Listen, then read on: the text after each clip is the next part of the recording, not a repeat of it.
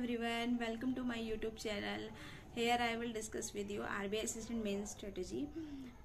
50 days आपको करना क्या है? फर्स्ट ऑफ ऑल देखो, जो जीएस पहले सबसे पहले जीएस सेक्शंस पे आते हैं। तो मैं क्या कर रही हूँ कि मैं मार्च, अप्रैल और मंथ्स, ये जो 3 मंथ्स है ना, इनके अच्छे से प्रिपरेशंस करने हैं। उसके बाद जो जनवरी फरवरी का रह गया, उसका रिजल्ट के बाद देख लेंगे उसका। वो भी मैं मंथली करूँगी, उसको पूरा डिटेल्ड नहीं कर रही हूँ मैं। तो उससे पहले आपको जो है ना, क्वांट, रीजनिंग और इंग्लिश, उसमें सब 25+ ही लेके आना है मार्क्स। क्योंकि मतलब आपको टारगेट रखना है। मतलब मैं टारगेट कर रही हूँ कि 25+ तो आने ही आने चाहिए मेरे, क्योंकि 120+ कट ऑफ जाएगी। और जीए सेक्शन से मेरा तो दूर दूर का नाता नहीं है कि मैं मतलब रिटेनिंग पावर मेरी इतनी अच्छी नहीं है। बट मैं ट्राई कर रही हूँ इस बार कि मैं अच्छे से कर सकूँ उसको। जीए सेक्शंस का मैं डेली बेसिस पे कर रही हूँ।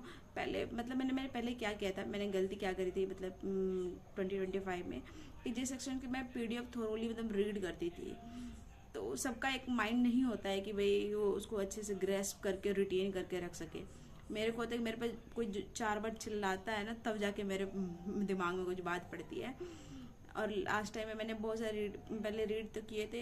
तो पीओ का तो मैंने आपको बता दिया था कि जे सेक्शन में मेरे नहीं आए थे अच्छे मार्क्स, जीरो, मेरे सेक्शन रुक गई थी IBPS पीओ की मेंस की। तो फिर लास्ट टाइम में मैंने शीतल मैम को फॉलो किया था। फिर वो जो नंबर्स लर्न कराती है ना, उसी से मेरे साथ हुआ था वो। बस मैंने उनको आई थिंक लास्ट के 2 या 3 मंथ ही फॉलो किया था। RRB पीओ, RRB मेंस का रह गया था। तो पीओ के नहीं हुआ था, क्योंकि पीओ में मेरे 5 दिन पहले मुझे मिली थी शीतल मैडम।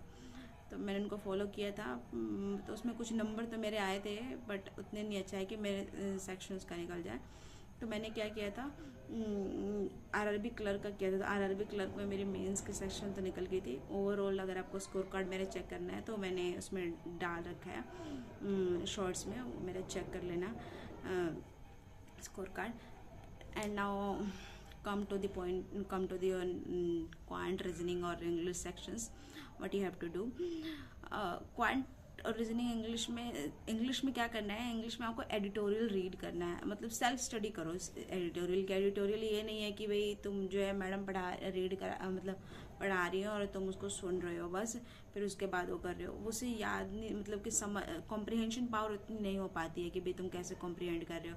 अगर तुमको सेंटेंस आता है तुमको कि भाई कैसे फॉर्मेशन हो रही है, थोड़ा बहुत समझ में आ रहा है, तो तुम उसको खुद रीड करो। अगर इंग्लिश का सेक्शन अच्छा करना है तो जितना तुम रीड कर सकते हो ना, उतना रीड करो तो उससे होगा। वैसे ये मैं अपना पर्सनल एक्सपीरियंस शेयर कर रही हूँ आपसे, क्योंकि मेरी इंग्लिश भी इतनी अच्छी नहीं है। मैं 8th क्लास तक मेरा हिंदी मीडियम रहा है। उसके बाद मैंने CBSE फॉलो, मतलब CBSE में आई तो थी मैं, फिर भी मेरा उतना नहीं अच्छा, क्या ही बता सकती हूँ ये क्या नहीं है। सो ओके, अब बात करते हैं कंप्यूटर की। कंप्यूटर सेक्शन भी तो आता है ना। कंप्यूटर सेक्शन में क्या करना है आपको, कंप्यूटर में मैं तो नहीं कर रही हूँ, क्योंकि मेरा कंप्यूटर ठीक है। कंप्यूटर में मेरे नाम अच्छे खासे नंबर आ जाते हैं। और मतलब अभी 2025 में जो एग्ज़ाम्स हुए थे उसके नोट्स बना रखे हैं, तो मैं तो नहीं कर रही हूँ। बट जो फ्रेशर्स है ना, उनको अभी अप्रैल से ही बना लेना चाहिए, क्योंकि आने वाले जितने भी एग्ज़ाम्स रहेंगे ना, अगर नोट्स बना के रखो उसको बस रट लो, ऐसा ही होता है। इतना कंप्यूटर में रॉकेट साइंस नहीं आता है, इजी से क्वेश्चंस आते हैं और वो हो जाता है। और मैंने जब एग्ज़ाम से 1-2 दिन पहले बस थोड़े बहुत जो अरोड़ा सर स्टार्ट कराते हैं प्लेलिस्ट, उनको फॉलो कर लेती हूँ, मेरा कंप्यूटर का हो जाता है।